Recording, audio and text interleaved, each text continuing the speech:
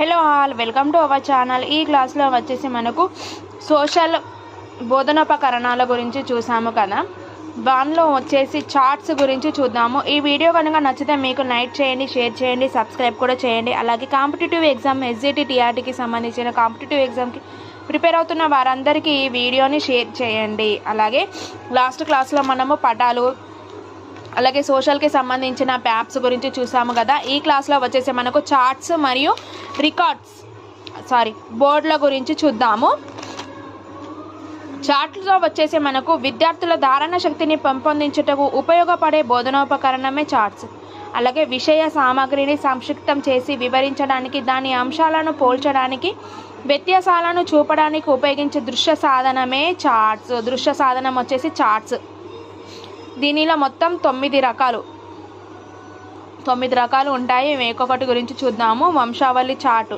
First one వంశావళి chart అంటే ఏంటి? ఒక అంశము దాని సన్నిహిత అంశాల గురించి తెలియజేస్తుంది. అంటే ఒక సామ్రాజ్యాన్ని ఒక వంశస్థుడు తర్వాత ఏ వంశస్థులు పరిపాలిస్తున్నారో దాని గురించి తెలుపుకున్నాను. వరుసక్రమం, రక్త సంబంధం, వరుసక్రమం అలా. ఇప్పుడు విజయనగర సామ్రాజ్యం వచ్చేసి సంగమం, సాలువ వంశం, తులువ వంశం, వంగవీటి వంశస్థులను పాలించారు. వీరి సామ్రాజ్యానికి ఎవరెవరు నాయకత్వం వహించారు నాయకులు అని అంటే బాబరు, హుమాయూన్, అక్బర్, జహాంగీర్, షాజహాన్, ఔరంగజేబ్. ఇలా వరుస క్రమంలో బ్లడ్ రిలేషన్ తెలుపుతూ దీని వంశావళి చార్ట్ అని అంటారు. నెక్స్ట్ వృక్ష చార్ట్. ప్రధాన విభాగంలో ఉండే ఉప విభాగాల గురించి తెలుపుటకు ఉపయోగించేది. అంటే సంవత్సరం, నెలలు, భారతదేశం, రాష్ట్రాలు, తెలంగాణలోని జిల్లాలు, ఇలా వృక్ష చార్ట్ను అనుకోవచ్చు. నెక్స్ట్ ప్రవాహ చార్ట్.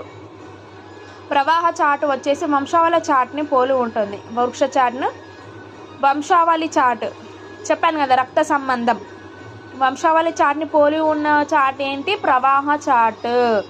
ఇది అధికార పంపిణీ జరుగుతుంది. అంటే రాజ్యాంగం, శాసనం, పార్లమెంటు, కార్యనిర్వహణ, రాష్ట్రపతి, ప్రధానమంత్రి, మంత్రి ఇలా లైన్ వైజ్గా చేయడమే ప్రవాహ చార్ట్. శక్తిని పెంపొందిస్తుంది. Next table chart. అంటే పాఠ్యపుస్తకంలో ఎక్కువగా యూజ్డ్ రైల్వే ఆర్ బస్ స్టేషన్లో ఉపయోగించేది ఏంటి? Table chart. Next strip chit chart. Strip teach chart అంటే స్ట్రిప్ట్ అంటే కాగితం ముక్క.